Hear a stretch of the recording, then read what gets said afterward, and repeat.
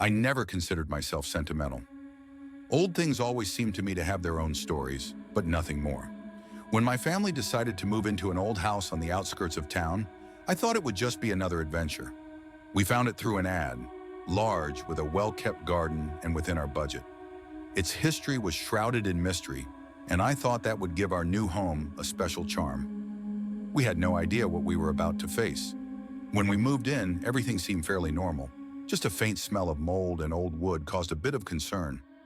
We had a lot to do: cleaning, arranging furniture, preparing rooms for the kids. Everything was going smoothly until the oddities began. The first strange event was a diary I found in one of the dusty boxes in the attic. It belonged to the previous owner, and the pages were filled with entries about daily life. But the more I read, the more unsettling thoughts began to creep in. He wrote about his life, but in the last entries, mentions of dark times and the unknown that wouldn't let him go started to appear. I remember being struck by his talk of a curse that had haunted his family. I was puzzled but decided not to show the diary to my wife. I didn't want to scare her. A few days later, in the evening while we were all watching TV, I heard noises coming from the basement. It sounded like quiet rustling and low voices. I thought it could just be a rat or something similar. But at that moment, I felt a heavy weight in my chest. I grabbed a flashlight and went downstairs. My heart pounded in sync with my footsteps. The basement was dark and cold. I stood there for a long time listening, but the sound disappeared. Wiping the sweat from my brow, I went back upstairs. Maybe it was just the wind. The following week brought new oddities. I started finding things in the house that clearly didn't belong to us. An old toy in the corner of the bedroom, a tangled ball of yarn that I was sure couldn't just end up on the kitchen table. Each new discovery increased my unease. I began telling my wife about it, but she viewed it as mere eccentricity. "Old house, old things. It's normal," she said, trying to reassure me.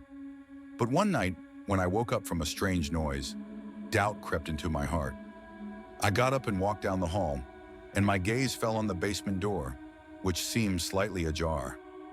I was sure I had closed it. My heart raced and I approached it. Opening the door, I heard clear voices. They were children's voices playing hide and seek. Without understanding why, I went down. When I entered the basement, it was empty. The beam of my flashlight revealed only cobwebs and old furniture. But the children were gone. I felt a chill run down my spine. The next day, I decided to find out what had happened to the previous owners of the house. After doing a little research, I learned that this family had disappeared without a trace several years ago. People said that neighbors had heard strange sounds, but no one paid attention to them. They had 2 children, and the last people to see them claimed they were playing in the yard. These facts made me remember the children's voices I had heard in the basement. My wife noticed that I was becoming more withdrawn, and to support family spirit, she suggested spending the weekend in nature. We decided to forget about the house and enjoy the fresh air. I hoped it would help me relax, but even being outside in the surrounding nature, I couldn't shake the feeling that something was wrong. When we returned home, I found everything in its place, but the oddities continued. The old toy I had found in the bedroom suddenly had a hole in it, as if someone had tried to open it. I took it and decided to get rid of it, but something stopped me. Instead, I put it in a box, deciding I didn't want to bring any more unease into the house. A few days later, I finally decided to talk to my wife. I told her everything I had learned about the previous family and my suspicions. She listened to me attentively, but in her eyes I saw disbelief. "You're thinking too much about the past. It's just a house," she said, trying to calm me. I nodded, but the heaviness in my heart remained. Several nights in a row, I continued to hear rustling from the basement, but I resolved not to go down there. That night, when I woke up to a strange noise, it was not voices. It sounded like a soft but persistent knocking, as if someone were trying to break down the door. I jumped up, grabbed my flashlight, and slowly approached the basement door. My hand trembled, but I opened it. The basement was empty, but on the old table lay that very diary. I couldn't believe my eyes. It was open to a page I hadn't read. It was marked in black ink. They played hide and seek, and they were never found. My hands shook as I slammed the diary shut and ran back into the hallway. The next morning, I was beside myself. I gathered all my determination and decided to talk to the neighbors.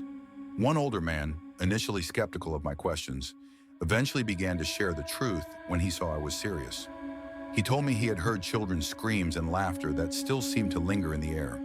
He also recalled finding a child's drawing on the wall once, which someone had tried to paint over. Those children never left, he said, and his words pierced me. I returned home, filled with emotions. That night I couldn't sleep, and while sitting in the kitchen, I finally decided to get rid of the toy. I went outside, placed it on the ground, and set it on fire. The flames roared to life, and I watched with relief as the smoke rose into the night sky. But suddenly, for a brief moment, I saw the faces of the children in the fire, filled with fear and sorrow. I recoiled, and at that moment, a soft laughter came from behind me. I turned around, but there was no one in the dark, just the wind rustling the leaves, creating a sinister symphony. I didn't know what to think. That night, I finally realized that the house kept its secrets, and we had become part of its grim history. We decided to leave this house. At first, I didn't want to, but as we began packing our things, I felt the weight that had been pressing on me gradually lift. The moment we closed the door behind us, I felt relief. But when we got into the car, I noticed that the very old toy had remained on the windowsill. It stood there, as if someone had intentionally left it. In the eyes of the children, something whispered to me that this was not the end. And now looking back, I understand that sometimes a house is not just a place. It can become a real prison where not only memories live, but also something much more sinister than we can imagine.